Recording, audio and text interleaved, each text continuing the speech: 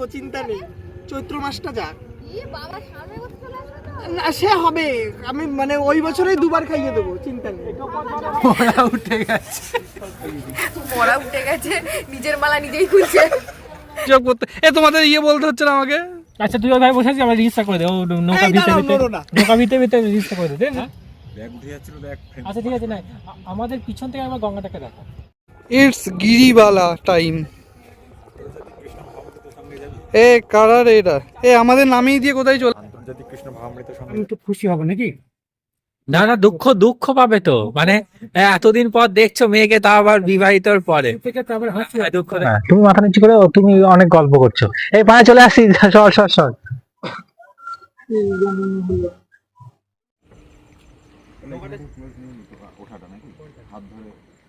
হাত ধরাটা একবার নিয়ে নে, হাতটা শুধু, আর বেশি কিছু নিতে হবে না।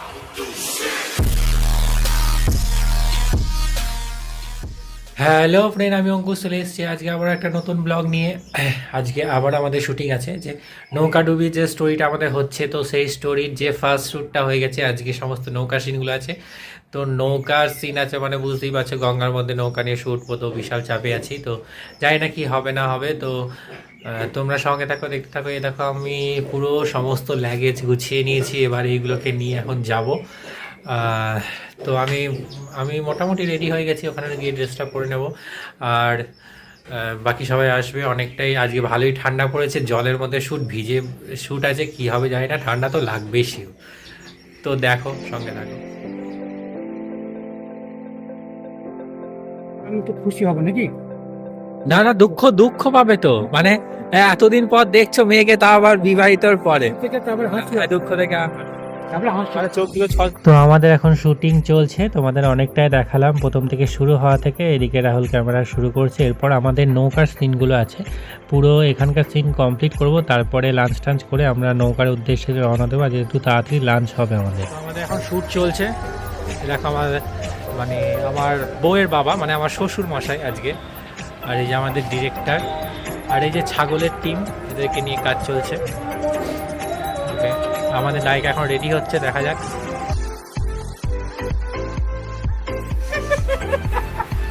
ওরা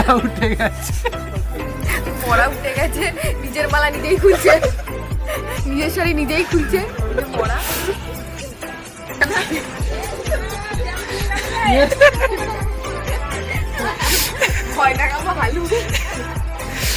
ছাগলটাও দেখছিল এতক্ষণ। সবচেয়ে মজা হয় আমাদের শ্যুটে প্রচণ্ড, তো তার জন্য আমাদের শ্যুটটা করতে খুব ভালো লাগে। মানে অনেকটা টেনশন ফ্রি হয়ে যায় আমরা শ্যুটটা করতে গেলে। তো এখানে দেখতে পাচ্ছ সব ডিরেকশান খানিকটা আমি দিচ্ছি, আর বাকিটা প্রশান্ত করছে, রাহুল আছে এদিকে। মানে অনেক কজনকে নিয়ে কাজ ডিরেকশানে, কারণ একজনের পক্ষে সম্ভব হয় না। অনেকটা বড় প্রজেক্ট এবং একটু অন্যরকমের অন্য দিনের প্রজেক্ট, গল্পটা আমার লেখা, তো সেই জন্য আমাকে দেখিয়ে দিতে হচ্ছে, আবার আমাকে করতে হচ্ছে। আর প্রশান্ত ক্যামেরা করছে, সঙ্গে রাহুল আছে, রাহুলও ক্যামেরা করছে, সাপোর্ট করছে। তো অনেকজনা মিলে, সবাই মিলে কাজটা করা হয়েছে, তার জন্য সম্ভবপর হয়েছে। আর তারপরে আবার পুরোনো দিনের জায়গাগুলো দেখাতে হচ্ছে, যে জায়গাগুলো আধুনিক আছে সেইগুলোকে বাদ দেওয়া হচ্ছে। তো অনেক ফ্রেম এদিক ওদিক করে আমাদের এখানে ওদের মতো জায়গায় সিনটা নেওয়া খুব চাপের ব্যাপার। শুধুমাত্র প্রায় একটা বছর ধরে আমরা লোকেশান খুঁজে গেছি, নৌকায় কীভাবে সিনটা নেব ভেবে গেছি, এবং অবশেষে শীতের সময়টা করে এসেই শ্যুটটা করছি। এবছর তো আমরা এই নৌকাডুবির শ্যুটটা করলাম, নেক্সট বছর ইচ্ছা আছে যে বেহুলাটা করার। তো দেখা যাক কী হয়। নৌকায় সিন চলছে, আমি স্ক্রিপ্ট দেখছিলাম, এবং মাছ নদী দিয়ে নৌকা চলে যাচ্ছে, এবং সবাই খুব ভয়ের মধ্যে ছিল। বিশেষ করে বিশ্বজিৎ প্রচণ্ড ভয় পাচ্ছিল। ভয় পাওয়ার মতনই ব্যাপার, এই যে নৌকাটা দুলছে বলে একটু ভয় পাচ্ছে। তো একদম মাঝ গঙ্গা দিয়ে আমরা যাচ্ছি এই সময়টা, যখন শ্যুটটা স্টপ রাখা হয়েছিল। আর বাকি তো আমি এদিক দিয়ে সব রেডি ফেডি হচ্ছিলাম, প্রশান্ত ছিল। তোমাদের বলতে হচ্ছে না আমাকে। আচ্ছা তুই ভাই বসে আছিস, আমরা রেজিস্টার করে দে। ও নৌকা ভিতরে বিশ্বজিতের কথাই বোঝাই যাচ্ছে কতটাও ভয়ের মধ্যে ছিল, এবং এরই মধ্যে সমস্ত কিছু মেনটেন করতে হচ্ছিল। সাথীর মুটুক খুলে যাচ্ছে, মানে এরকম হচ্ছিল আর কি। সবাই চুপচাপ বসেছিল নৌকায়, যেমন সবাই পাড়ে থাকলে খুব লাফালাফি করে, এখানে কিন্তু নৌকায় সবাই চুপচাপ বসেছিল বলে সিনটা খুব ভালোভাবে হয়েছে। এবং নৌকা শ্যুটটা করতে করতে প্রায় অন্ধকারের দিকে হয়ে গেছে, এবং তারপর রাতের সিনগুলো করেছি। তখন ঠান্ডার মধ্যে সাথী পুরো ভিজে গেছে আর কি, ঠান্ডা লেগে গেছে। পরের দিন আমার জ্বরও চলে এসেছে। এসেছিলো।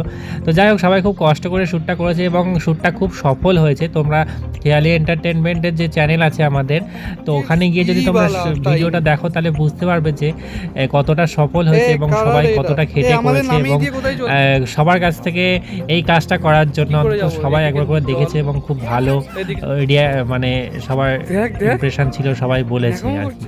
তো তোমরা যারা যারা দেখোনি তারা অবশ্যই দেখে নিও।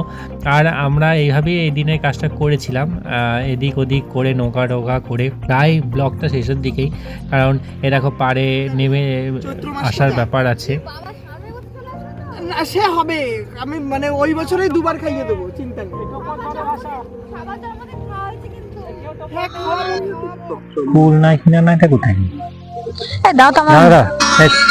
এখানে তো অনেক রকম সিন ছিল। একবার বিশ্বজিৎকে বাইরে যেতে হচ্ছে, ভেতরে যেতে হচ্ছে, একবার আবার বাইরে বেরিয়ে আসতে হচ্ছে। তো জলের মধ্যে খুব চাপের ব্যাপার।